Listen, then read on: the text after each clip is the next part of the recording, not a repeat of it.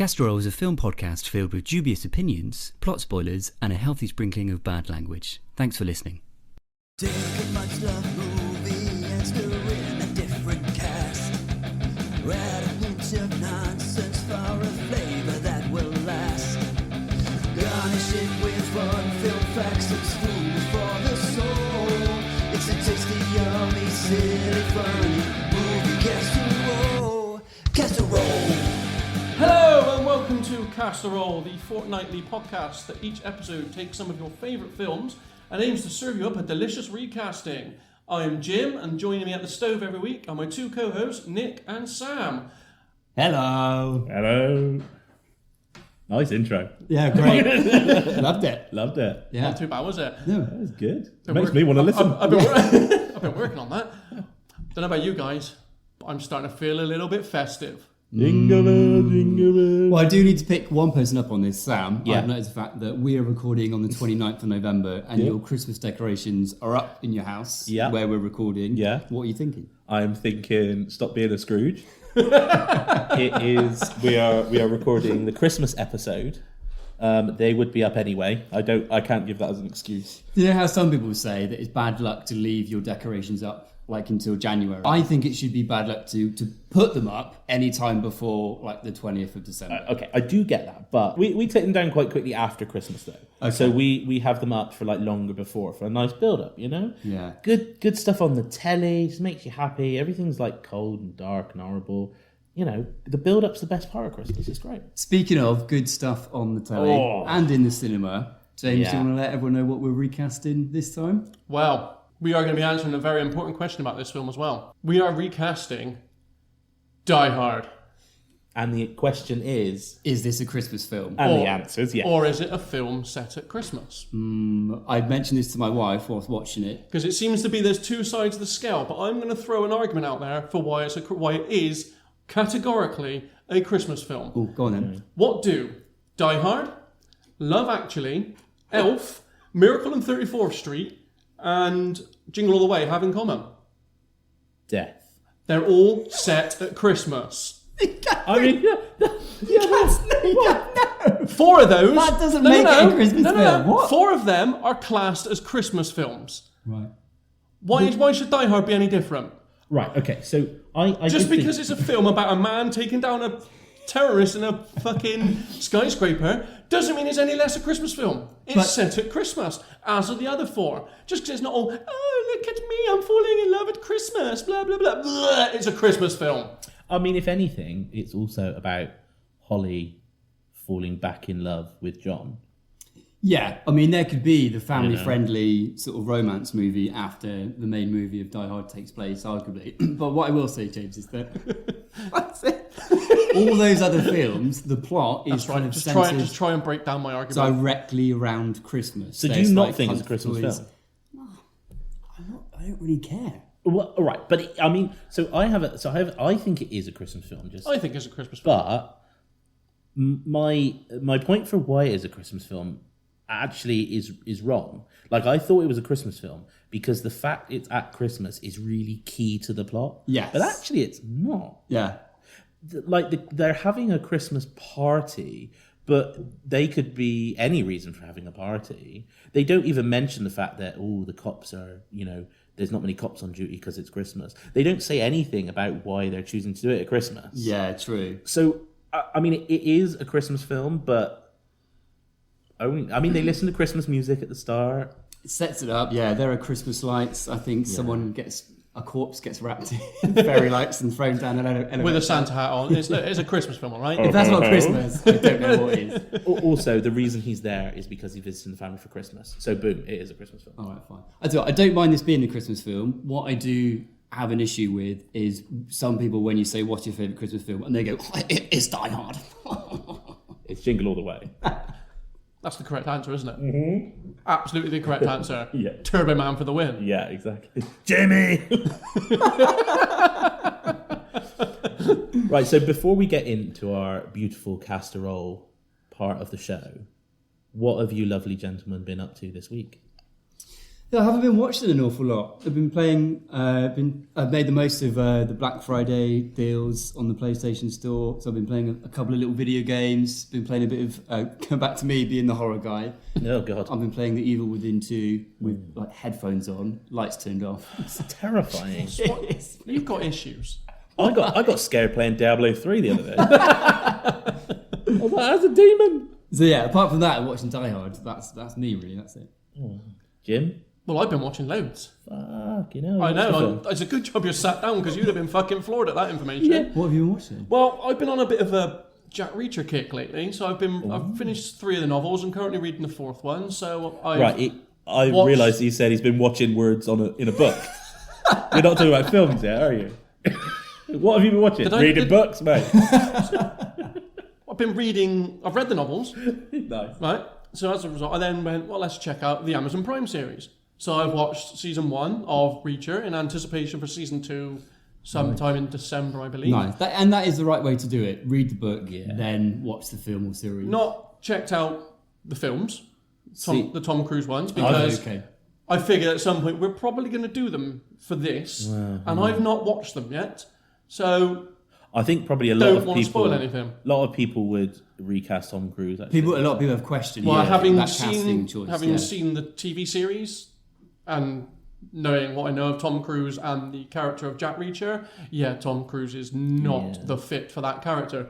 But I've also been watching season 2 of Invincible up until the mid-season finale, and then I've continued watching a bit of One Piece, the anime, not the live action. I'm drastically trying to get ahead with One Piece, the anime, but that's a slog to get through. Well, that. when you've got How over much 1,000 time have you got episodes to get at, it's... Yeah. I have watched a couple of films at the cinema actually. That crazy. Yeah, So- you invited us to watch one of those. I which is did, what so- we're recasting today. Really, I don't know, serendipitous. Is that a word? Yeah. Serendipity is actually on our local cinema. They were showing Die Hard.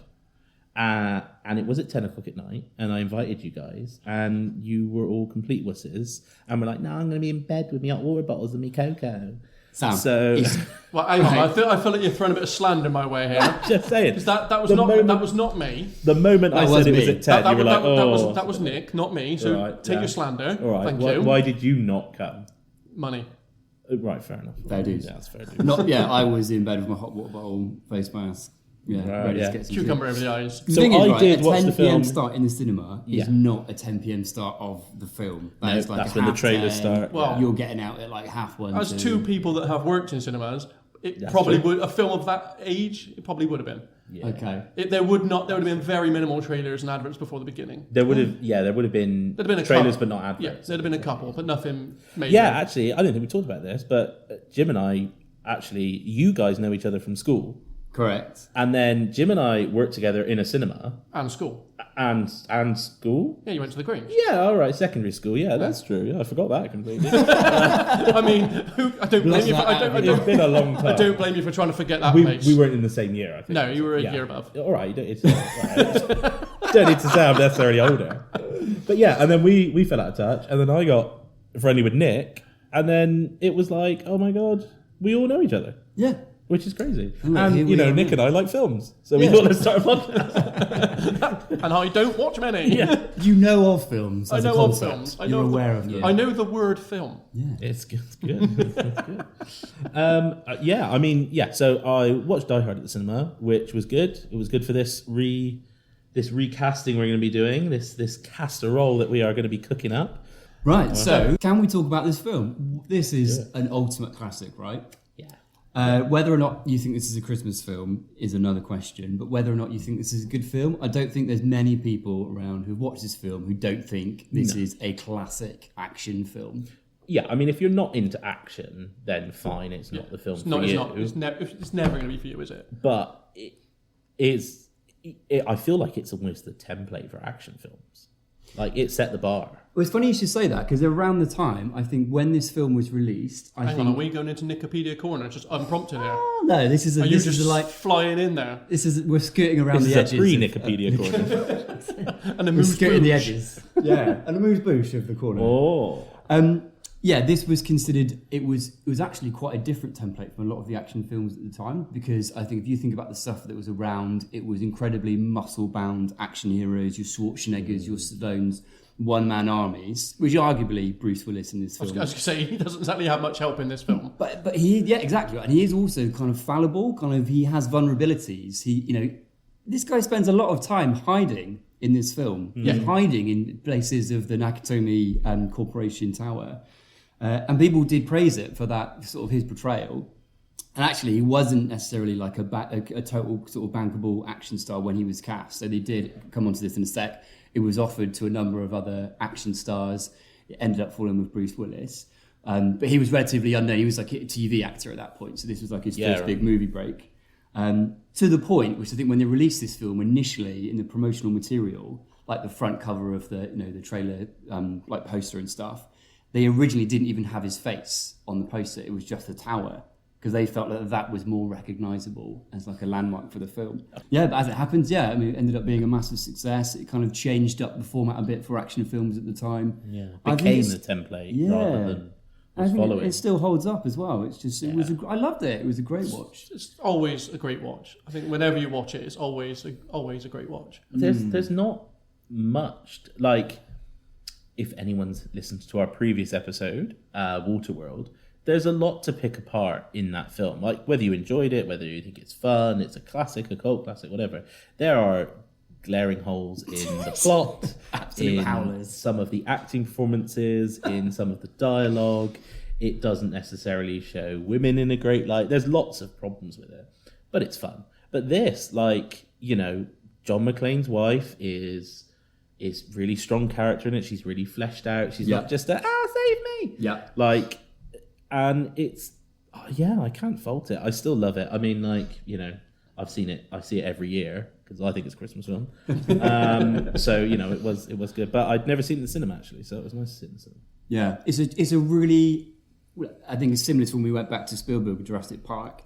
It's a really tightly written and directed film, isn't it? It doesn't like waste any screen time or anything. There's no excess fat to it, is there? It's very stripped back. This is what's happening in this film. This is what we wanted. This is what we want done. Let's just get it done. Out of interest, Wikipedia corner, who did direct it? John McTiernan. And what else has he done? Because I feel like I've seen lots of his stuff. Die Hard 3. Well, Die Hard 3 is Die Hard 3 is good. Die Hard 3 might be my favourite, actually. I'm pretty sure he did Predator as well, actually. Oh. I have a feeling, could be wrong. But exactly right. Die Hard 3 is arguably a shout for like a sequel or a film that's is up there, right? What a great film that is. Well, all three, like, if they'd stopped at 3, it would be up there for best trilogies. 2 dropped a bit for me. A bit, but it's still good. 2 is probably the one I've watched the least. Yeah. But it's still good. Like, that's the thing. Like, I mean, talk about Aliens. Like, Alien 1, great. Alien 2, great. Alien 3 is dog shit. So, I mean, if you talk about 3 films, like, the Die Hard films are good. There's an argument to have stopped there. Why can't people just stop there? Leave it alone. Yeah, it's not great. Because I'll tell you why they didn't want to stop there. Because they wanted John McClane to take down a helicopter with a fucking taxi. All right, that's why. Jesus. So I think it is important to acknowledge at this point. Like this year, we had some. We're recording this in 2023.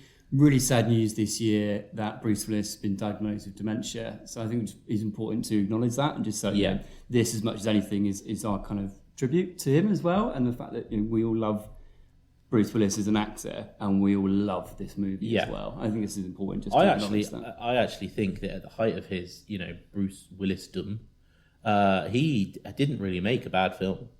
He's made some classic films. I mean, Fifth Element is one of my favourite. That's a phenomenal film. Brilliant. If you think, by the way, we should make a cast roll from Fifth Element, then please get in touch. Let us know, and maybe we'll do it.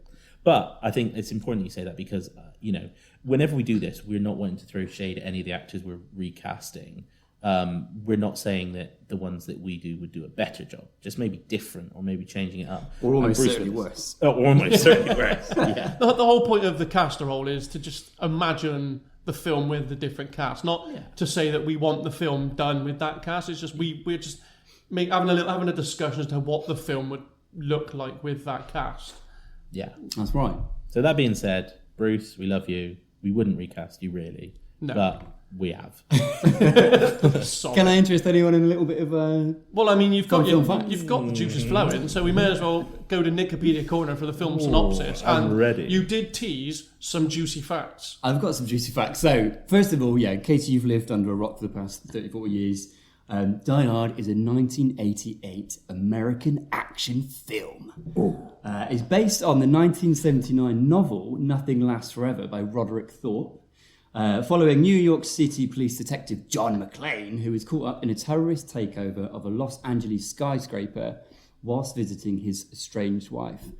But gentlemen, did you know the film is based on that novel, which is a sequel to Roderick Thorpe's earlier novel, The Detective? Now, that novel had a film adaptation starring Frank Sinatra in 1968. Now, 20th Century Fox were contractually obliged to offer the lead role in Die Hard to Frank Sinatra, Jesus.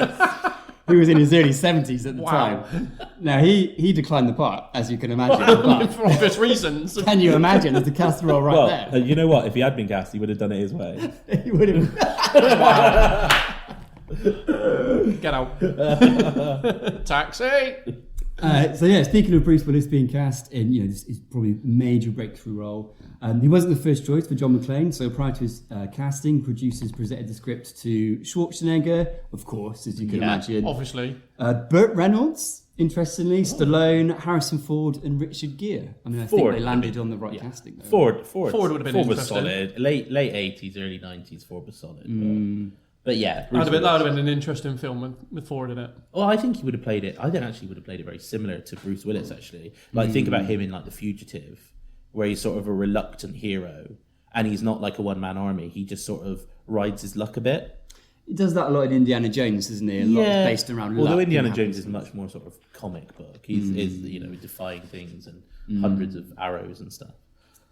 Yes, and final fact for you. So even though many of the terrorists in the film were portrayed as German, originally in the sort of original version that was put out, vast majority of their dialogue is complete gibberish. So it's not actually German, at least in the theatrical version. So a lot of that was later fixed for the VHS release. So they overdubbed in actual German when actually it was just like blah, blah, blah, blah, complete gibberish. But so as not to cause any international incidents. On the German version of the movie, it doesn't even recognise the characters as German, instead opting for non-specific European. But speaking German. I mean, why didn't Brilliant. they do that originally? Because Hans Gruber is clearly German. That's such a German name as well, isn't it? That's Americans for you. Eh? So shall we get into our cast a roll? Is it time to cast a roll? It's time to cast a roll. Let's do this. Yeah, it is. Is this a good time to say yippee-ki-yay? Yeah, it is, motherfucker.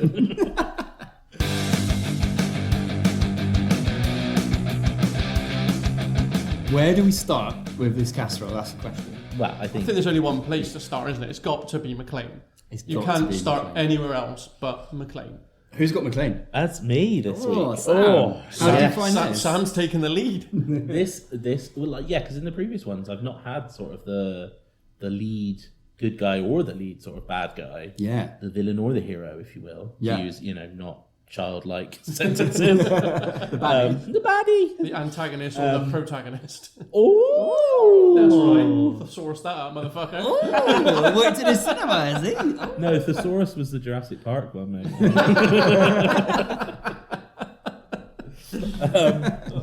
Right, so yeah, John McClane, played by Bruce Willis, brilliantly. I've got a couple of picks for this. I want to start with my Hollywood pick. Now, I want to just say right now, I think all of these picks are actually good. Yeah. This is hard though because This is hard. he gives a great performance does. in this role. And what I've kind of thought is, like you said, this was Bruce Willis's sort of breakout role. Yeah. Now, although some of these people are, established, or like this Hollywood pick is definitely established, I feel like he could definitely be the new face of like Just say, three or that's four films. what you want for this role. If you're going to be putting someone else in, you want them Exactly. to carry the next It's 4 because we don't talk about the 5th film. We don't talk about the 4th one either. I mean, I do. I enjoy it. But the 5th one, no. Yeah. But yeah, you want them as the face of the franchise, don't you? So you don't... Exactly. It's So not my just a one Hollywood and done, pick, is it? my Hollywood pick is safe. Okay, he's done something similar. Okay. I've gone with Taron Egerton. Okay.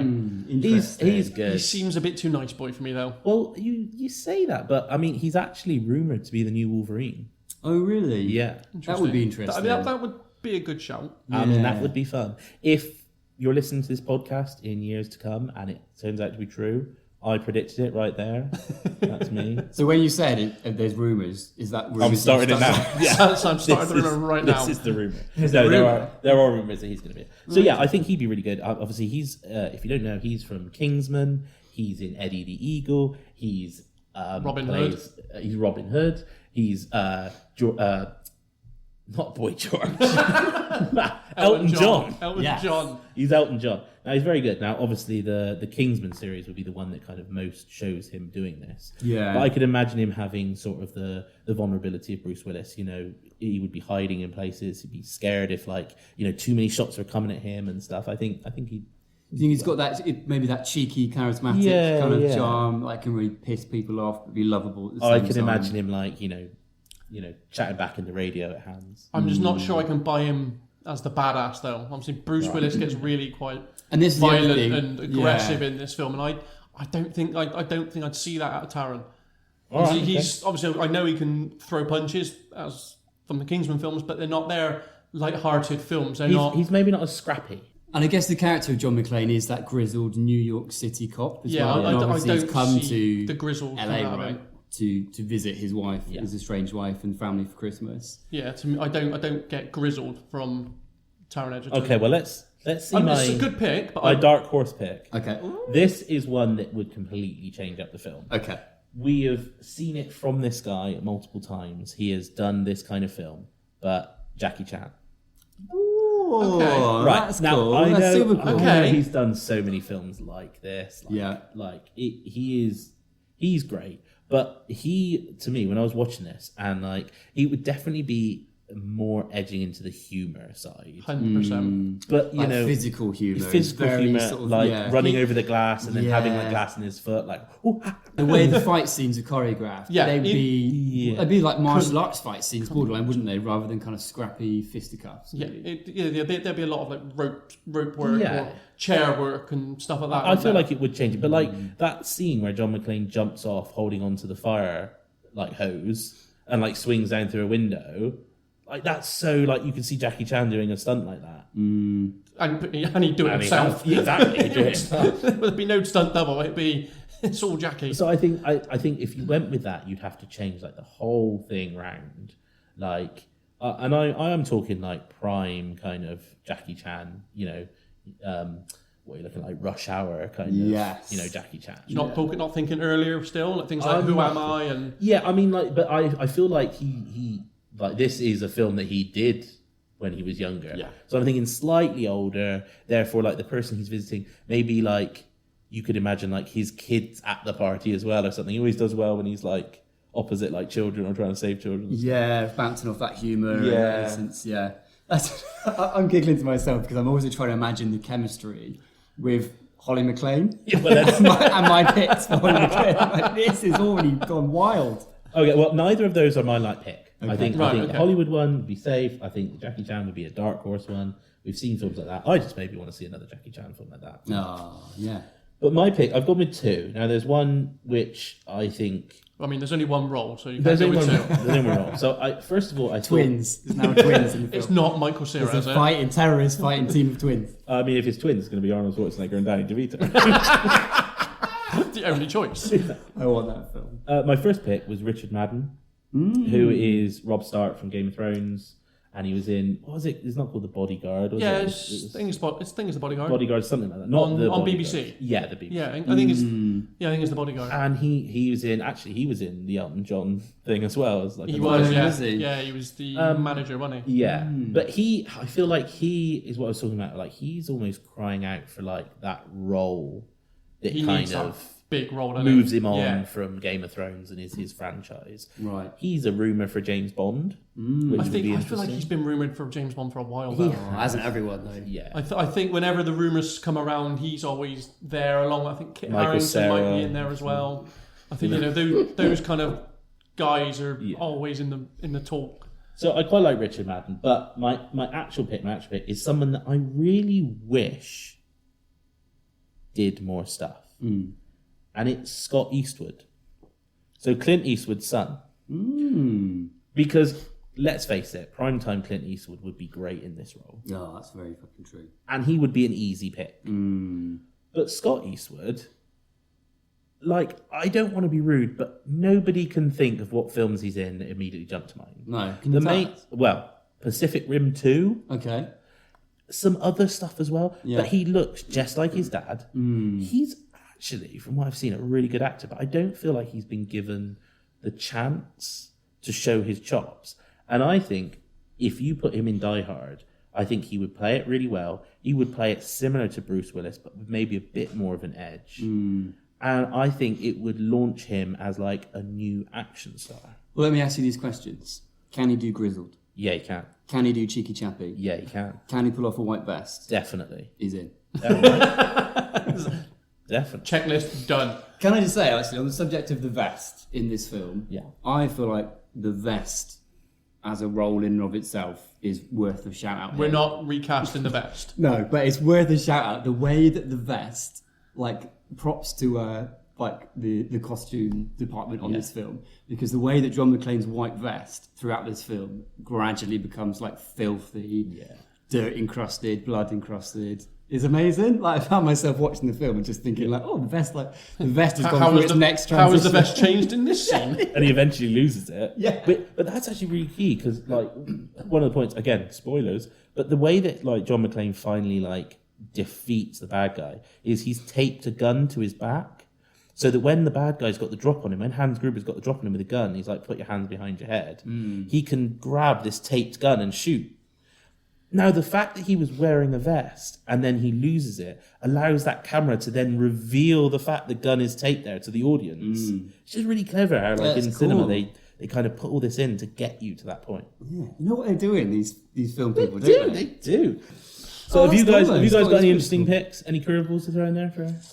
Not for John McClane. Partly No. it's because, like, it's sacred, Bruce Willis. yeah, But it I think that's I think really so. interesting. Yeah. So I would personally, I think Scott Eastwood would be good. I think it would launch like an action career. I think he'd be good. I think he'd make it his own while keeping a lot of the elements that we love about the Bruce Willis. Nice. So Scott Eastwood it we've is. got our protagonist. Yeah. Do we go to the antagonist or the wife? Antagonist. Antagonist. Yeah. Let's get Hans in there. Hans. He doesn't talk like that. No. I'm from Europe somewhere. Right, Hans Gruber. Yeah, so tell us about the character. Who is this character in the film? He's not German, obviously. Hans Gruber. So he's the leader of the terrorists. I don't believe they had a name.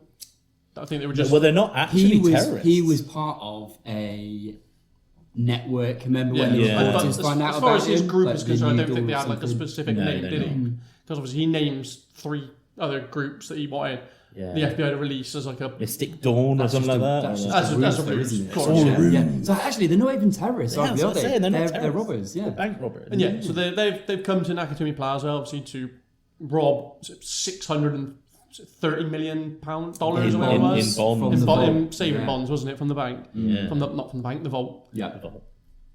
On Christmas. On Christmas. Think of the children. I love Hans. Yeah. I think there's probably an argument to be made that he's probably the most iconic bad guy in an action film. So Alan Rickman's portrayal of this character, is amazing, isn't Played it? by Alan Rickman. Yeah. Another link to a Christmas film because he's also a bad guy in Love Actually. He How could he is. cheat on Emma Thompson? He bought that necklace. He knew what he was doing. Yeah, so interestingly, so prior to this, Alan Rickman had only kind of been in theatre, in a lot of British theatre. This was his kind of like massive sort of film role. He was a relative unknown, and this turned him into a celebrity and a star as well. Wikipedia corner throwing it out today. Yeah, but I totally agree. Love this character. Hans Gruber, he's the most cool, calm, and collected character. That's entire film. Never lets that mask slip until the very end. Yeah. And when they finally discover that Holly is McClane's wife, that is when the mask slips and you see him start to not saying panic, but he just takes it up a little level and just gets real pissed off and nasty. But until then, he's just so calm. It's like, don't worry about it. I want the FBI here because I'm 2 steps ahead of these motherfuckers. Yeah, he's got a plan. I want them to do what they're about to do. I want them to shut the power down because it gets me into the vault. You just worry about what you're doing. He's always just so calm, and it's almost unsettling at times how calm he is. Yeah, and it's the perfect juxtaposition to John McClane's kind of chaos antagonizing, and you need him to stay calm so that John McClane keeps trying to antagonize him. Yeah, like if John McClane was John McClane and then Hans Gruber was like, you pissed me off, then he's like, I've achieved what I wanted It just wouldn't work, would it? It would just be But this is a nice calm persona down on the 30th floor, McClane chaos elsewhere. It's like, don't worry about it. Stick to the plan. Yeah, he's super cool. Like you said, he barely raises his voice through the vast majority of the film, and he doesn't need to. Like you can tell, he carries that much status with the rest of his cronies. The rest of the baddies. He's super slick in this. Very slick. So who could possibly compete with the Rickman? Not many. And by not many, I mean I have got 5 names. But I'm not sure if they are Gruber. So I'm going to run them past you. The first name, I've kind of taken another Harry Potter alumni. And you understand why. Is it Emma Watson? No. Is it Rupert Grint? It's also not Rupert Grint. It's Jason Isaacs.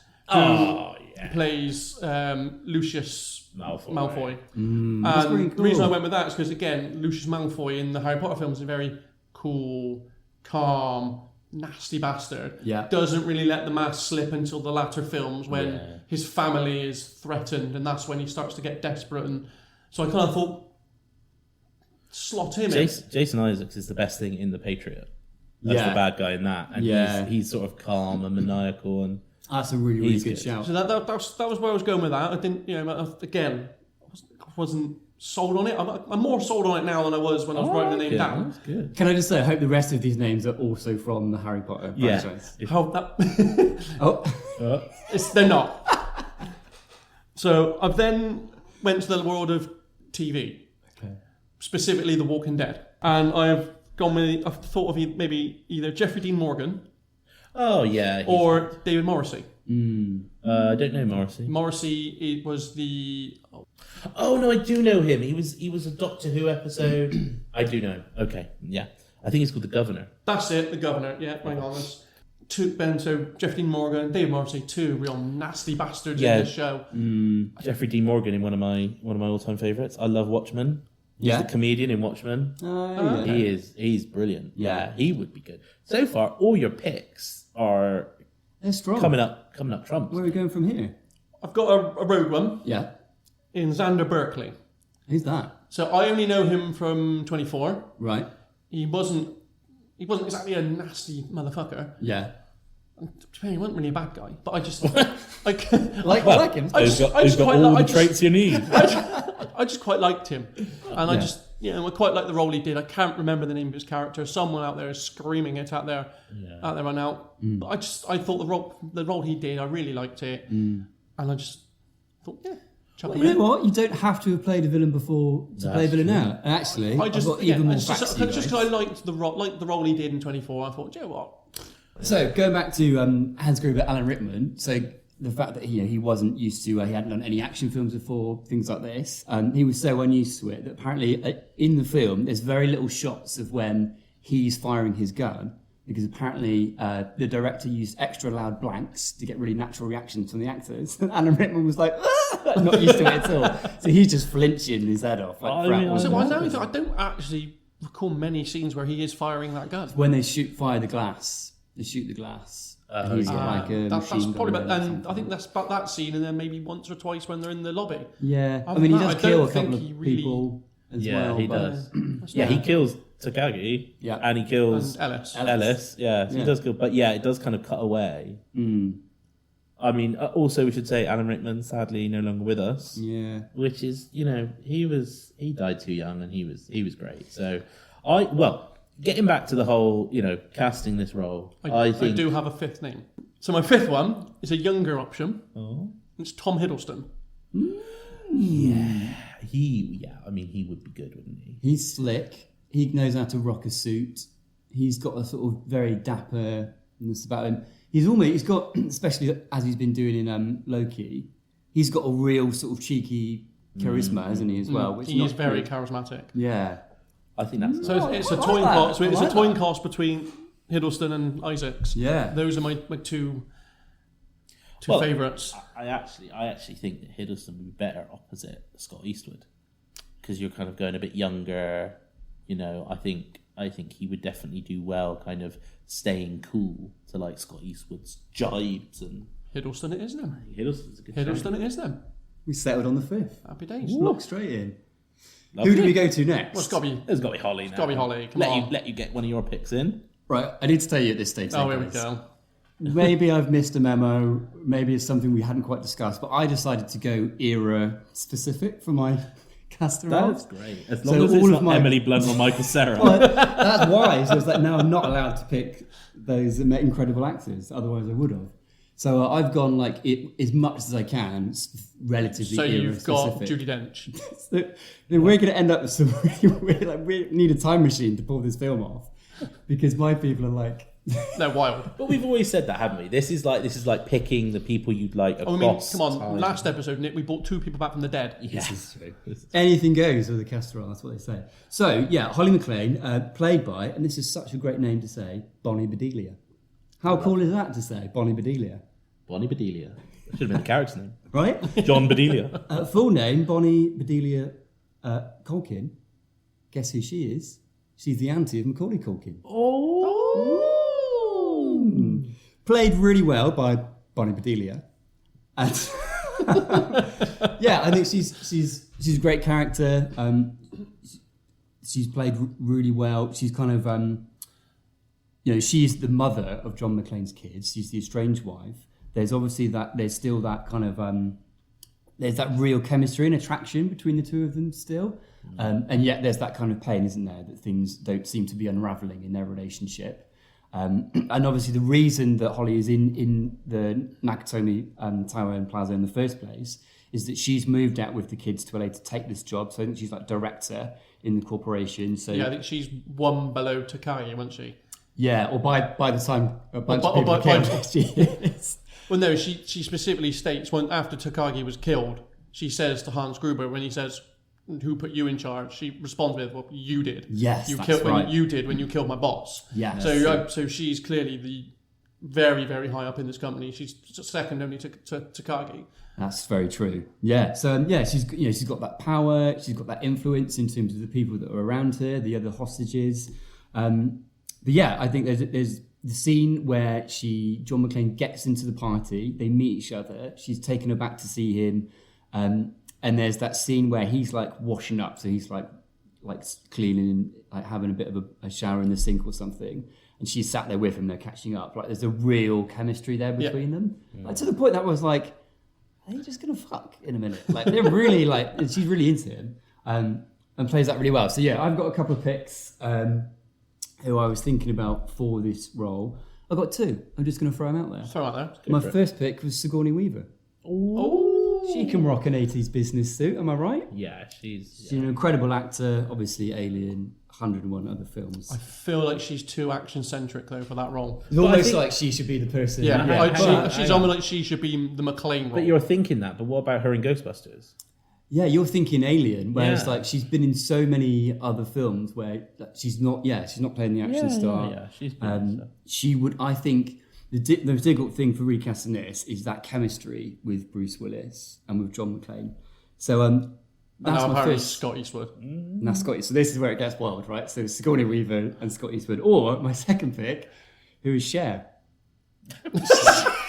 Cher and Scott Eastwood. Right, okay. Right. I feel like I need to confess something now. Right. Cher is my guilty pleasure. Oh, I genuinely Which era Cher are we talking? like. We're talking 80s Cher. Right. I feel like so I I'm have to thinking leave the like podcast We're right talking- now. Witches of Eastwick Cher. Yeah, Um, we're talking. You know, that PVC outfit on a I mean, on a battleship. You know, Sam, do you need to go take a moment? I might do. I Have genuinely. we just found your Emily Blunt? I have a bit of a thing for Cher. Yeah. Wow. So I'm saying Cher. I think she'd be really good. I think she could pull off that. She'd definitely have that kind of chemistry thing going. She has some scenes where she's got some humour. I'm happy to lock in Cher. Yeah, I mean, she's got a lot of experience with gypsies, tramps, and thieves. You know, they hear it from the people of the town. Stop it now. Okay. I mean, I feel like no matter what I say, Cher's in. So. Well, I mean, you know, you've just got to believe. Stop it right now. Stop it, Sam. Cher's in. Who have you got next? Who are we going on to? Okay, so I feel like we need to go on to sort of if this was a buddy cop film, like the other buddy to John McClane, you know. So we've got Sergeant Al Powell, Yes. who is played by it's Reginald Vell Johnson. What a name. Great name. I'm gonna say this right now. I don't know him from anything else. No. No, I I'm can not. think I'm, of. And I possibly looked the up guy and then. didn't really know anything else he's been in. But he's really good in this. Yeah, he is. And I feel like it's kind of I can't remember if we discussed this on the show or if we've discussed it before. One of the things with Castorol is you don't want to get trapped in the whole A-list celebrity, A-list celebrity, A-list celebrity. Like you can't have like just Of course. a Marvel Avengers level cast for every film. I know the way we're doing this is essentially unlimited budget, but you don't Yeah. want to be throwing But A-listers you left, right, can't and centre, have, do you? you, No. you have to have the sort of the, you know, and I don't want to throw shade at any people I pick, but you need to have like tiers of kind of actors in this. Sure. So I've tried to think of people that would be like really good, but are not going to sort of upstage. So my joke pick would be Anthony Anderson. Now he is in Transformers and he is in Me, Myself and Irene, and he's in Scary Movie 3. Yeah, so yeah, he's yeah, like yeah. he's like one of the sons in Me, Myself and Irene. Yes. In Transformers, he's like the friend. Yeah.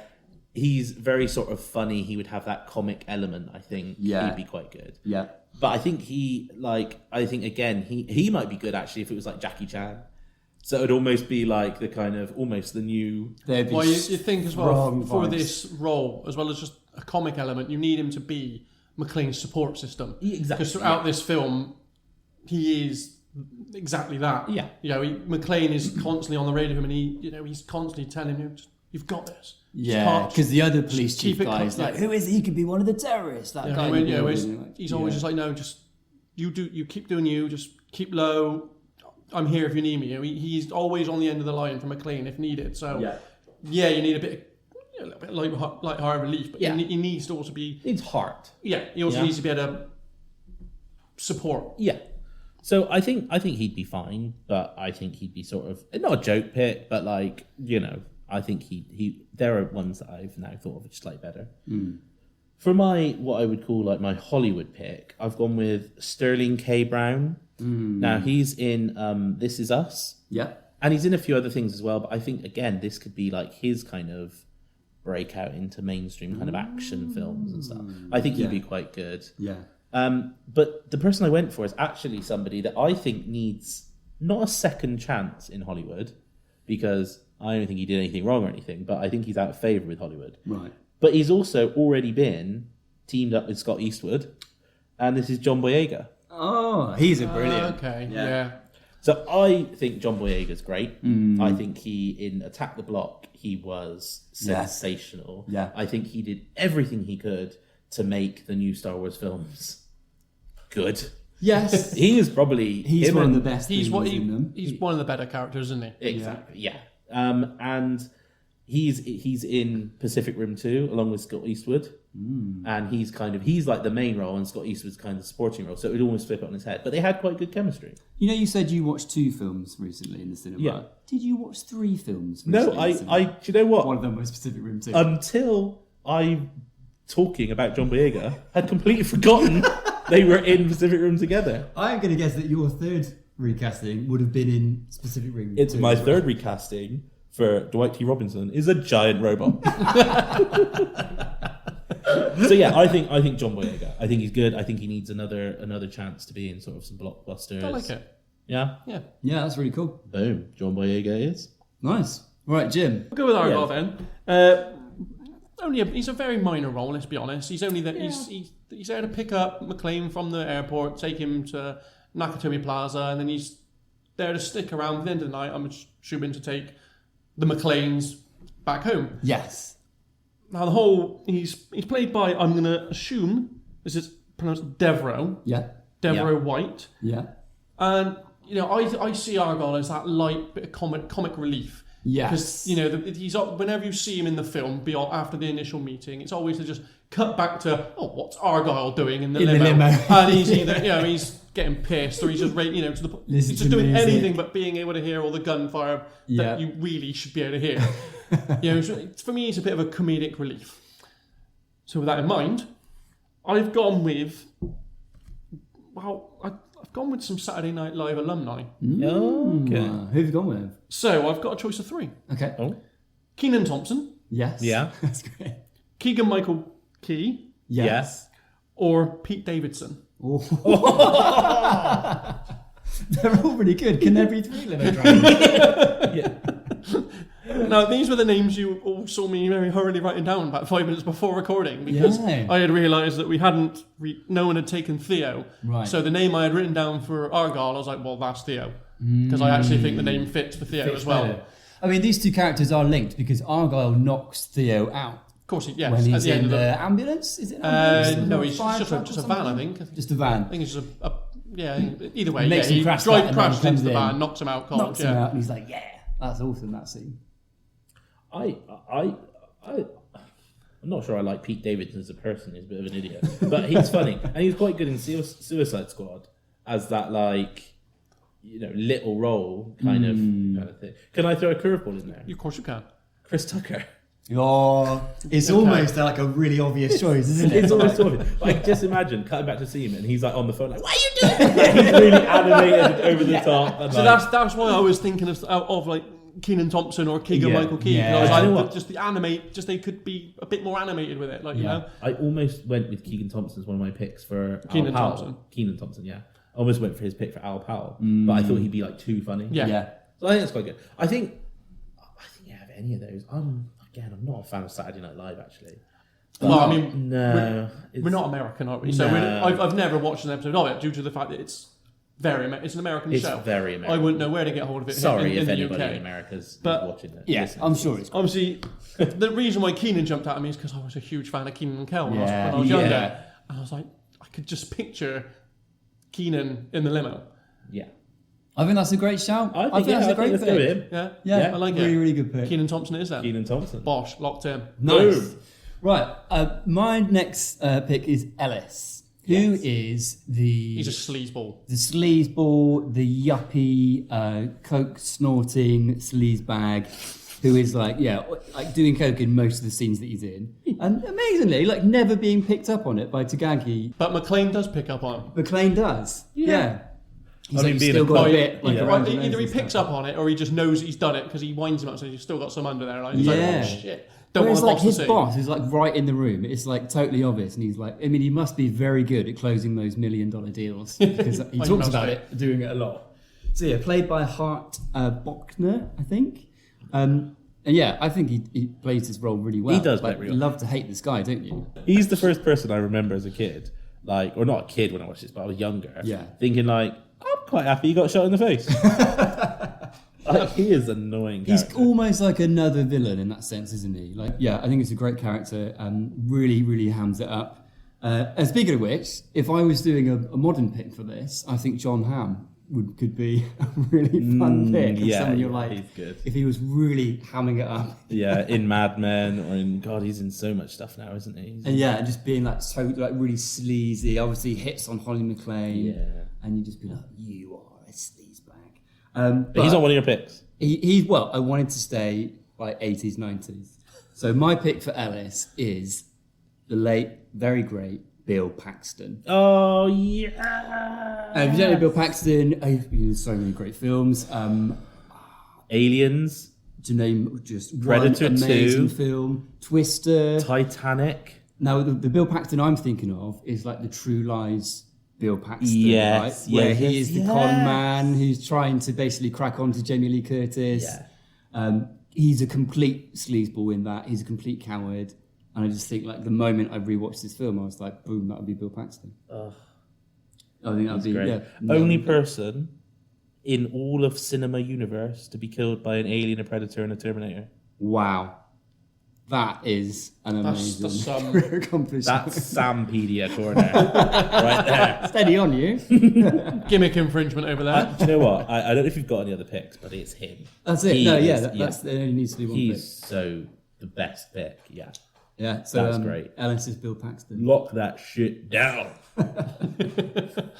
Sam, who you got? Game over, man. Game over.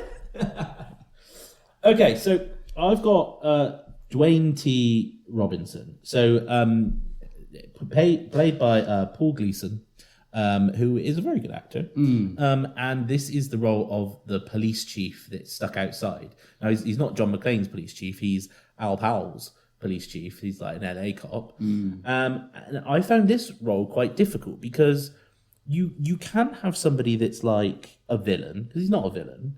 You can't have somebody that's a complete like wuss, because he's actually trying to do the right thing. He's just a bit inept. He's right? just a bit He's inept. out of his depth. I felt he was very incompetent. But he's not. I felt the very only competent. like- I felt that entire film, even after the FBI arrived, the only competent law officer was Powell. Yeah. But he's not like. But this is the thing. He's not so incompetent that you think like he's endangered people's lives. Like he's sort of by the book. He's a bit. He's just not very imaginative. Is maybe more of the. I also think is meant to bump up the status of Hans Gruber even more, right? Is the fact that every single other person, apart from Powell and McClane, has completely underestimated Yes. what is going on. And I think that's meant to just increase it even more, Of isn't course, it? And yes. make Gruber even more of a badass.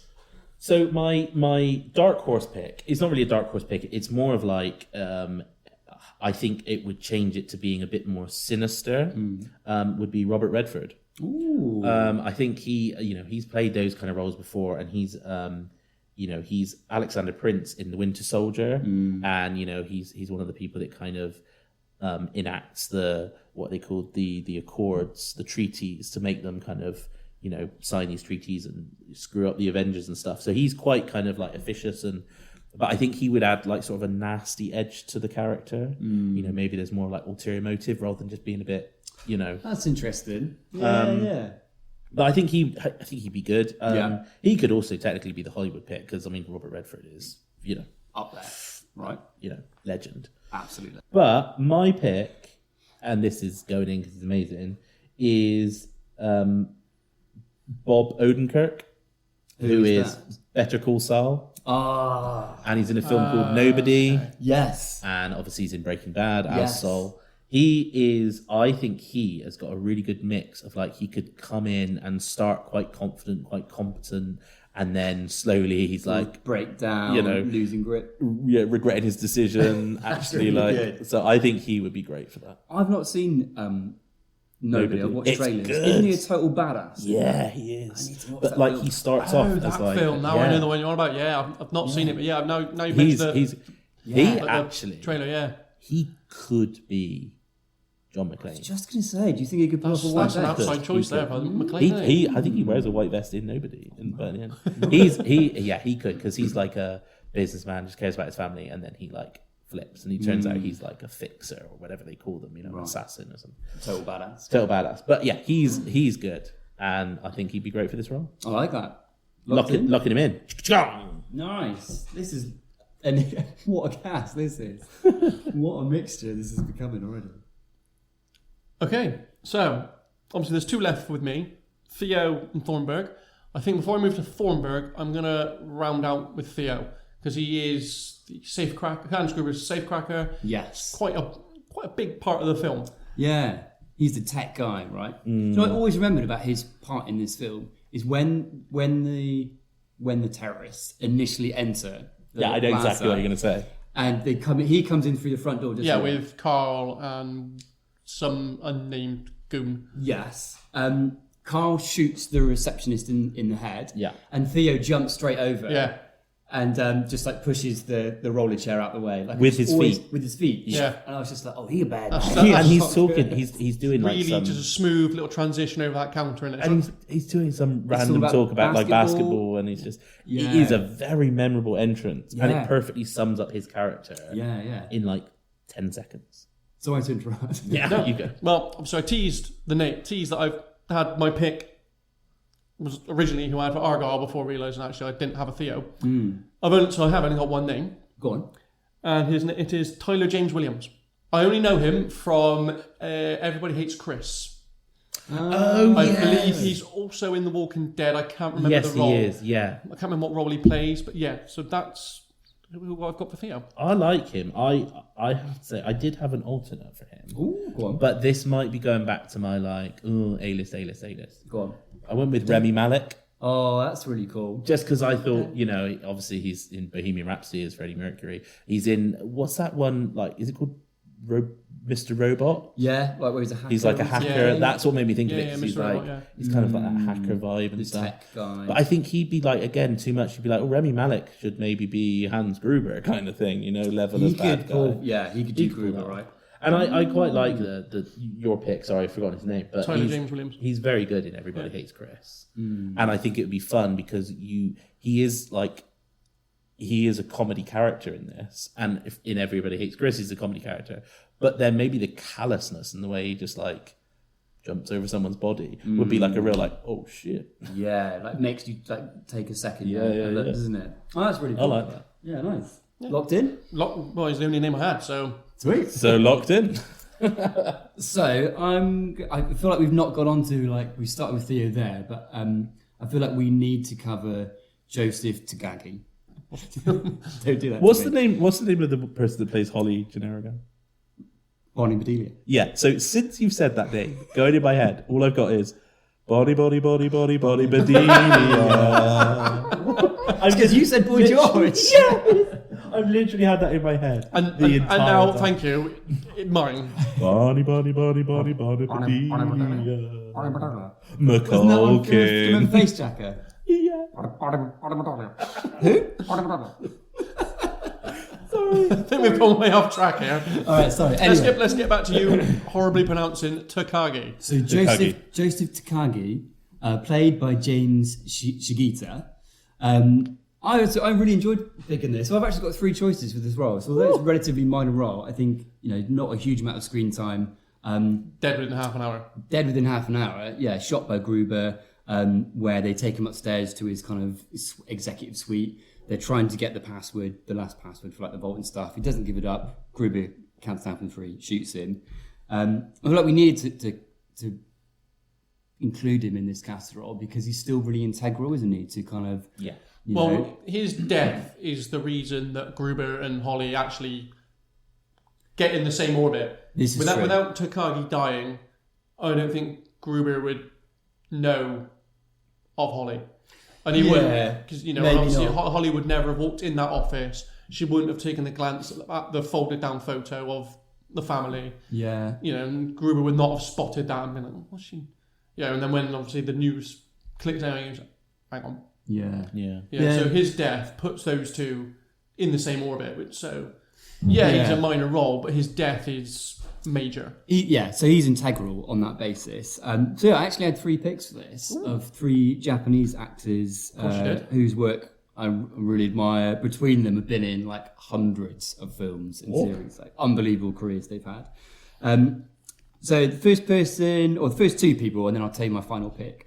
So I had Takeshi Kitano and Jun Kanimura. So between them, we've just been in. I don't know if you guys have heard of any of these films, but things like going back to my enjoyment of horror films, The Wailing, absolutely immense horror film. But my final pick was a guy called Togo Igawa, who's a Japanese actor. He's based in the UK. Has been in predominantly sort of British theatre, films, and television. He's in The Last Samurai. Yeah. He's As one of the good. generals who still believes in like samurai tradition and that kind of thing. I think he's in Star Wars as well, that kind of thing. So yeah, he's my pick. He's locked in. Togo Igawa. Welcome He's to the really Castrol. good. He's nice. I like him, and that's the thing. I think you need a character that's not a joke character, but he's not trying to steal. He's just like a guy that's like, I'm not gonna tell you that. He's like gambling that Hans Gruber's not actually gonna kill him. Yes. And loses. Yes. Basically. Exactly. Yeah. Right. He's very sort of stoic. And it's just that last minute when Gruber's counting down, you can see he starts to sweat. He starts to like think like, And honourable, because he's in a crowd and Hans Gruber doesn't know who he is. Yeah. And he stands up and he says, I'm Takagi. I wonder if in that scene Gruber does. No, because course surely he- Gruber's done yeah, his homework, he's right? done, of course, That's he's what I done. was Of course, he thinking at knows. the He's time. done his research. Like I said, Yeah, he's two steps ahead of the law. Yeah. So he's not. If you think he's going to have walked into a building and He not also know who knows he's like, after, he knows like the school he went to. He knows like his driver's license. It he must knows be one house. of you. Like, did you look at a picture at any point? Oh, I didn't think to do that. so if you thought for 1 second he believed it was going to be the young Japanese gentleman that he was stood by, no chance. He Maybe knew that's who he it. was after. Maybe that's why Takagi stands up, because he like, obviously knows it's me. Yeah, right. Like, Of course, And he it's, knows who it's he's after. theatrics on Gruber's Yeah. part, right? Yeah. In terms of intimidating. It's just a everyone. bit of dick swinging as he's walking through the crowd. Like, he knows who he's after. doesn't He actually just- do that, just to clarify. Deleted scene. Yeah. Cool. So yeah, that was my penultimate pick. Nice. Oh, it's back to you, Jim, for your final pick. Yeah. So Thornburg, Asshole, like, reporter. just selfish, Yeah. slimy reporter. He's only in it for the headline. He's more hateable than Ellis is. Yeah, in he this is. film, Well, when I was actually think. looking the character up, he was described as the second antagonist of the film. Yeah. That was the description they gave. That they get the whatever website it was I looked at. That's the description they gave him as the second antagonist. Yeah. Which for quite a small role, it's quite a big title to give him. Well, he's also someone that appears in more of the Die Hard films. Well, he appears So- in Die Hard 2. Yeah. But he's not as slimy. He's more weak. From what I remember him in Die Hard 2, he's only on the plane with Holly trying to worm his way back into the good books, isn't Yeah. he? Because he's trying to apologise for, the shit he calls here. Yeah. Because if it wasn't for him chasing that headline and going off on his own to the McLean household when they learn the true identity of McLean, their kids would not have gone on the TV. Gruber would not have realised, oh, actually, They're he wouldn't- linked. Yeah. He wouldn't have put two and two together. Holly's life would then not have been in vain. Or not in vain, wouldn't have been endangered. You know, so because of his selfish actions, a whole spiral began to unfold, and Yeah, he's up there with Ellis in terms of like dicks Yeah. in this film, right? I have only got one name though, Oh, give it to us. but it's a good one, Oh. and I think you could see him doing that role. Okay. Willem Dafoe. Oh, Yeah. yeah, that's a great pick. Yeah, That's great. I could picture that straight away. Yeah. Yeah, as soon as that was the name that came to my head. I pictured him. I thought, oh, you can picture Willem Dafoe going up to the nanny, being like, if you let me in, or I'll have you deported. That You know what I mean? nasty You- street. Yeah, you Yeah. could just see him being a real nasty piece of shit to that nanny, being like, if you don't let me in, you're out there. Yeah, I'll 'cause- have your ass deported. I think that's a really good pick, actually, because that character needs to be able to sweet talk people and be smarmy and be nice, and then switch. The flip of a coin, suddenly he's an arsehole and then- yeah. In Die Hard 2, be not Wormy. necessarily just wormy, trying to just saddle on up next to Holly and be like, please forgive me. You know, and I think Willem Dafoe would be able to do that across those two films. Nice, mate. Locked in. Was the only name I had, so of course it's locked in. I like it. Oh, I've got one more. I think before we go on to maybe like, are we just doing like similar? Just say, well, I think you guys had some names for just some of the odd Yeah, so crows, obviously, didn't you? Yeah, we when, do. when we're doing Crows. these cast of roles, there are a lot of roles that we could cast, and there are a lot of like henchmen in this. Yes. And so we kind of thought about like putting a couple of like cameo names together. There is one like key henchman. Which Yeah. I believe Nick has got. Yeah, so Carl, who is arguably, I think you could say he's like the secondary villain as well, right? Because he's got major fight scenes with John McClane. He's the last one to die. He's the last one to die. So Gruber doesn't get the classic 80s, 90s, like 2 or 3 deaths. Like Carl gets the second death where he reappears and Powell takes him down. And that's like Powell's moment of vindication, isn't it? Yes. When he spoke about the fact that he shot Gid, when he was like talking with McClane.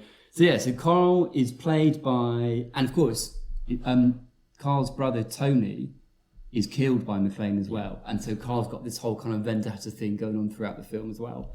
So Carl is played by Alexander Goodenough, who was a world-famous ballet dancer. I read that. Yeah. I did read that when I was looking it up. And he defected from Russia to the US in 1979 and started acting from that point. Wow. Nice. But so like he's got his, he's really sort of physically intimidating. He has these moments where I think because of his brother being killed in the film, Carl is like really pissed off throughout the whole film, isn't he? So there's moments where he's just like smashing shit up. Obviously has that major fight with McClane. McClane takes him out. We think he's dead when he's wrapped up in the chain. And then he appears right at the end, ready to shoot. I only had one pick for Carl. Right. And my one pick for Carl is an actor who, throughout his career, has arguably been typecast as like the crazy Russian, like the crazy German or something. Oh, here we go. There's actually a Swedish actor, and that's Peter Stormare, who is. Do you guys remember Armageddon, where they stop at the space station? He's like the crazy. Is he not Russian? He's Swedish. That's mental. He does a very convincing Russian. Yeah. Isn't he in what's the Keanu Reeves film where he's like a devil angel? Constantine. Doesn't he play plays the devil? Yeah. Right. Yeah. I thought he's in loads. Right. He's in loads. He's great as well, isn't he? Long blonde hair. He's almost got that drunken kind of sway about him. Like, I think he'd be a super cool. Speaking of hair. There's some gorgeous hair in this film, wasn't there? Some of these cronies had some phenomenal long locks. Yes. I was jealous. Yeah. Well, just so you know, in the caricature that I'm going to draw for this one, you've got to be Bruce Willis. Yeah, right? Jim's got Bruce Willis' hairline. He's locked in. So it's interesting. I actually went for a Carl as well. Did you? Yeah. Who have you got? So I went for a different way, and then I also thought about who could play his brother. Oh, cool. And I went for Carl as Jason Momoa. Oh, so I wanted to go somebody like really physically imposing. Yeah. We're not going down that this is a German group of mercenaries anymore. But I think like the idea of like Jason Momoa's like huge, kind of imposing, like manic energy, really angry, being held in check by the main guy that's like calm and kind of throughout. Yes. And his brother, played by Michael Cera, right? Well, no, his brother, I've gone with Roman Reigns. Ooh. Right, because so like Roman Reigns is a wrestler, WWE wrestler, and Roman Reigns and Jason Momoa look very similar. Yeah. And so you'd buy that they were brothers. Well, Roman Reigns is actually the cousin of The Rock. Yeah. Real life cousin of The Rock. Real life cousin of The Rock. Yeah. He's in one of the Fast and the Furious. Or nephew films. or something like that. Yeah, he's in the Hobbs and Shaw. Hobbs and Shaw, that's it, yeah. So my thinking would be, you see Roman Reigns fight McClane, and you think Roman Reigns is really intimidating and big and like... He's massive. Massive. So maybe you'd flip them around, actually, because I couldn't work out who was bigger, like Roman Reigns or Jason Momoa. As far as for the roles, I think Momoa would be the Carl. Yeah, but what I'm thinking is like one of them is like the big brother that McClane manages to fight, but then the next one he fights is like an even bigger version of the brother. You know, he's like it's easy. Just make sure if one of them's got short hair glasses. Exactly. They're the younger brother. Give one of them long hair. I think like whoever it is, whether it's Momoa or Roman Reigns, him dying that early on is actually quite a shock. You're like, McClane killed him. I don't know. Yeah. Like, so I think they'd be like a really interesting kind of. That's cool. Brothers. As far as cronies, I was actually thinking. Again, I went back to kind of the realms of TV, and I came up with the two names of Katie Sackhoff, because. Why do they all have to be men? That is true. I mean, she's very physically imposing. And she's a very physical Specimen of a woman. And that's awesome. And the other one was Ronda Rousey. Nice. Keeping the WWE. Not really TV, but she's again. Do we just make all of the mercenaries, the whole crew, wrestlers then? Well, actually, it might be quite interesting if you made Carl character, Ronda Rousey or Katie Sackhoff, the person that died might have been like her partner rather than her brother. Or something. Yeah. So it might have been a love anger. Which wrestler could be Hans Gruber? Oh, actually, What about Seth Rollins. No, Seth Rollins. no, not for Gruber. Yeah, because he's got that like maniacal when he came out. No, actually not. That'd be great. Actually not for Gruber. He doesn't have the calm. He does. No, he he doesn't. totally has No, it. he doesn't. I'm telling you right now, Seth Rollins is a great pick, and I'll fight you. Well, I've got an alternative pick for you for all of the mercenaries. All of them. All- Sarah. No, stop, you guys, stop. Can I interest you in a career-defining performance Hang on. Now, when you said all the mercenaries, do you literally mean all the mercenaries? where every mercenary is played Oh no, it's another Michael Cera. by Daniel Radcliffe? Fuck off. Actually, Dan Radcliffe would be a good pick. He would be. Hello. He would be a good Hello. pick for something. Yeah. He could do Tony, couldn't he? With could those do Tony. glasses, Yeah, those yeah. style glasses. Yeah, He'd he be could. great. And him dying, actually, because you almost feel like Tony's like, maybe this is his first heist. He's Oh, very do you much reckon? younger. I feel like there's like quite confident. You know when he goes looking for He is McLean, confident. first of all, but when the scene where he Yeah, but I think that's because he wants to try and prove a point. yeah. Oh, okay. Prove And a I point. Prove a point to his brother. Yeah. Right. I don't know what the actor's called, but the guy that plays Tony is in a Bond film. He's in Living Daylights. He's like one of the main bad guys in that. Oh, nice. And just shout out, Timothy Dalton is the best James Bond. Yeah, that works for Hands me down. as well. He's Yeah. brilliant. And Living Daylights and License to Kill are great films. Nice. Yeah, so I love him from that, and so like he's a great henchman. I've got a couple of other henchmen. Walter Coggins, do you know him? He's in Django Unchained. He's in Predators. Yes, He's yes. He's like a very much like a character actor that Yep. you've got to see in a lot of stuff. And another one who would probably have to be Tony. I've got Sean Bean. Oh, I think Sean Bean would be a nice one. Yeah. I think Sean Bean also maybe be a good Hans Gruber. He would be a good Gruber. he'd be a hell of a Gruber. He would be a good Gruber. Oh, he'd be quite the Gruber, wouldn't he? He would. Oh. Who have we currently got as Gruber? Hiddleston. Oh, that's good too, though. Do you know what, actually? Just right now, we definitely at some point need to recast Equilibrium. We do. Equilibrium's a great film. That is a good film. It's really underrated. What was it called? Gun Kata. That's the like martial arts they do with guns. Yeah, ridiculous. Yeah. But, But yeah. I mean, it's like, Good cult film. tangent here. Sean Bean's in it, basically. Yeah, he's great. He's great. Like Goldeneye, Sean Bean. He's in a, we've put him in a role where he has to die. Sean Bean dies in like think 99% it's a of his requirement. roles. Yeah. I used to say, I don't think. Does he survive in anything he does? Yeah, well, he survives as Sharp, which is my favourite role he's ever been in. Yeah, he's so Because good. Sharp's amazing. Like, yeah, he's like a really good guy. Yeah. in that, but he's also a really good bad guy. He's a in really loads good of other bad guy. films. Like Goldeneye, he's brilliant. He's great. Yeah, So yeah, so those are all my like cameo roles I think would be good henchmen mixed around there. nice. Yeah. So are we ready to lock in a casserole? Yeah, I think so. I Let's think we are. Yeah, lock in our final recipe.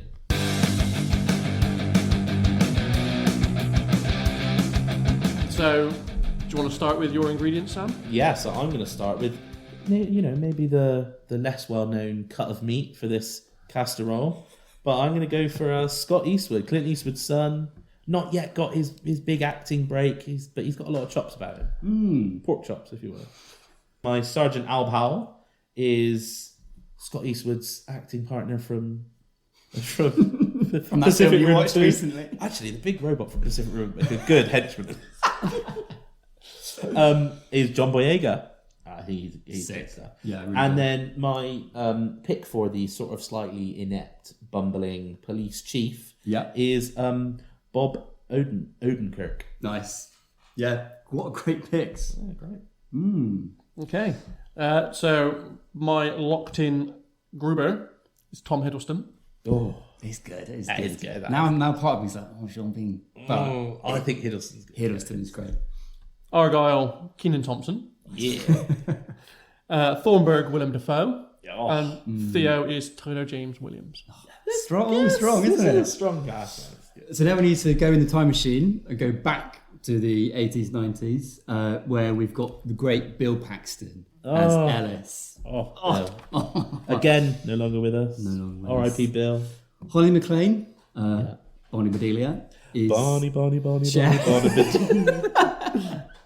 I really believe in that pick. Stop it. It's Stop a great it. pick. Cher is a great pick. I for love that. Cher. Joseph Takagi is Togo Ogawa, and Carl is played by Peter Stormare. And then, of course, our picks for the various mercs. and Various badges. It's a strong cast, isn't it? That is an interesting cast, isn't it? That is a flavourful dish. I mean, I think it's safe to say when this episode goes out, we're going to have to put a poll as to what people think of this cast. that's true. Is it a hit or a miss? So Cher has got some key scenes with Tom Hiddleston. And is married to... Scott Eastwood. That is, Yeah, I want to see that film. yeah, I'd see that. To want be to fair, a young Cher though would fit. Like we're doing Completely. like different eras and stuff, and time machine, time wimey. As a would be- mashup, I think it works. Yeah, that's great. Well, I think I think this is a perfect time to wrap up the casserole, though, and maybe head over to listener questions or have we got- listener suggestions. We've got a question corner. We are. You know, this is episode 3. Obviously, we've put a couple of episodes out by now, and this is the point where we're going to start asking our listeners to give us suggestions of their recastings for past films that we've done, or just any feedback that they have to give us. I've got some. Has anyone else got any? yeah, I've got one actually. Okay, yeah, so we call this section Real Talk. Just to keep up our play on words. Obviously, So, film real, keeping it straight real. away, I like it. people have not been happy with my suggestion of DiCaprio for Alan Grant. Oh, I think he's great. I've been told by multiple people to just get in the bin. I still like that choice. I still like that choice. I mean, we didn't lock it in. I don't know what they're. it was Hugh worried Jackman, about. right? It was Hugh Jackman. But the mere suggestion that I put forward DiCaprio, I've got get in the bin. Even that was too much. That was too much. Too much. A mere suggestion. Of Leo. I have got an alternative Alan Grant given to me by two people. Got one from Donnie and one from Sean. So Donnie has suggested that the only real option for Alan Grant is Bryan Cranston. Oh well, yeah. I mean, that is. Kind of a curveball pick. That's the only correct answer. Okay. It is good. And Sean has suggested Pierce Brosnan. That's interesting. Yeah, Pierce Brosnan's good. Slightly older Pierce Brosnan. I really like this later phase of Pierce. Well, now it's a really later phase of Pierce Brosnan's career where he's playing like a war vet and stuff. But that period of his career where he was in, remember the film The Matador? Where he was like a washed up assassin in Mexico. Yeah. Like that era where he was able to make fun of himself a little bit, I think was amazing. Like he's been just so good, so funny in some of those films. There's a film he's in that I saw recently. I can't remember what it's called now, where he plays like someone's father and they're actually like master thieves. And they rob a bank, and the guy that's like the security officer at the bank is like the woman's fiance. I mean, not knowing the name of the film is making this really difficult. The Thomas Crown Affair? No, this is like a couple of years old. He's like really old. But there's a joke in it where his wife is like, "Oh, you really reminded me of James Bond in this." And he's like, "Which James Bond?" And she's like, "The 5th one." He's like, "Oh, that was a good Bond." Which is like him. Like, so there's like a really nice That is on the meta joke. Yeah. I should probably point out, actually, I did forget to mention that Donnie is one of the hosts he is the host of the Pure Dead PlayStation podcast. I've also got some suggestions from Couchy, who is one of the 2 hosts from the Pure Dead Xbox podcast. He has suggested for John Hammond, Sir Ian McKellen, or for I Ian can't do an impression of him though. So. or for Ian Malcolm, Christian Bale. Christian Bale. Interesting. Yeah, Christian Bale. I feel like Christian Bale's a bit too serious. It can be sinister as well. And Sean has also suggested either for Ian Malcolm, either Nick Cage or Johnny Depp. Oh, cagey. Pop cagey. Pop Cajun. Cage might be my Emily Blunt. Just picture Nick Cage in the back of that Jeep doing the chaos theory chat with the water and. Oh, it'd be pretty. I feel like he'd play a raptor if you let him. Like, do you know what I mean? Just his head poking through the bush. Clever girl. That's good. He would want to play the Raptor as well, wouldn't he? That's what I mean. He would, yeah, he'd do it. He'd be, and I think throughout filming, he would be Method. So outside of filming, he would still be Raptor. Living in the enclosed Raptor cage. I didn't even think they'd fuck with the Raptor cage. So Sam, you said you've also received some. I've got a couple of questions, a couple of statements, but I think I'm just going to pick one for this episode because this episode's already quite long, and this is just a little topic that won't take us long to talk about at all. But will streaming services kill cinema? Only just a small discussion point. Crikey. Small Yeah, discussion point. Go in with that. So I mean, little dessert to finish on. I mean, it's quite evident that cinemas have been in a decline. I think that's quite obvious. I think every time I go in the cinema now to watch a film, it's never busy. I just don't know if cinemas have helped themselves as well. Yeah. Like I feel like loads of you can look at other industries that have been forced to adapt and diversify. And let's look at what's similar done. Like they've introduced some like posh leather seats in the middle of the cinema or that kind of thing. That's rubbish. You can get like beers delivered and that kind of thing. So they're trying to explore They're trying to different ways. appeal to different Just think audiences. the price point as well has been a big issue for people. But this is the thing. Like so our local cinema, like you can actually get a ticket, like a standard ticket, for like £5.95. Yeah, that's not bad. That's pretty. And good. if you are good. with I think it's Virgin or O2 or something, you can get two for like £7. Yeah, exactly. There's stuff, but I there's still don't some think cinemas it that are used to 20 be. quid. Yeah, like I think that's our cinema. Like a couple of years ago, I could have sworn was much more. Yeah, so I feel like it's almost too late to the game to really reduce. I think prices. that streaming services will have an impact. I mean, they have. Like a really big cinema chain is just shutting down in the middle of Bristol, actually. But I think the cinemas that have gone more do you guys know the Tivoli in Bath, which is like it's like nice seats and you can get a pizza and a cocktail and it's like an event and it's a night out. That's the kind of sort of diversification. I think. Yeah. And I think even for like the big chain ones, I think putting old films on actually might be the way to go because it's not too late because Nick wants to be cuddled up with his anytime bottle. up till 9 max. Yeah, but because I watched they recently redid the Lord of the Rings, and so I went and watched those late at night. You guys would have hated it. Yeah, I watched all those, and then obviously seen Die Hard. Like when they put like old films on, like you're going to get that experience that you just won't get from the streaming services. Well, I mean, it's quite evident with how it's going. Like streaming services are taking new films and putting them on there whilst they're still out in the cinemas. Yeah. So that I think it's like recently, I think it's like both Oppenheimer and Barbie. I think we're up on Amazon and Scott and things like that to rent.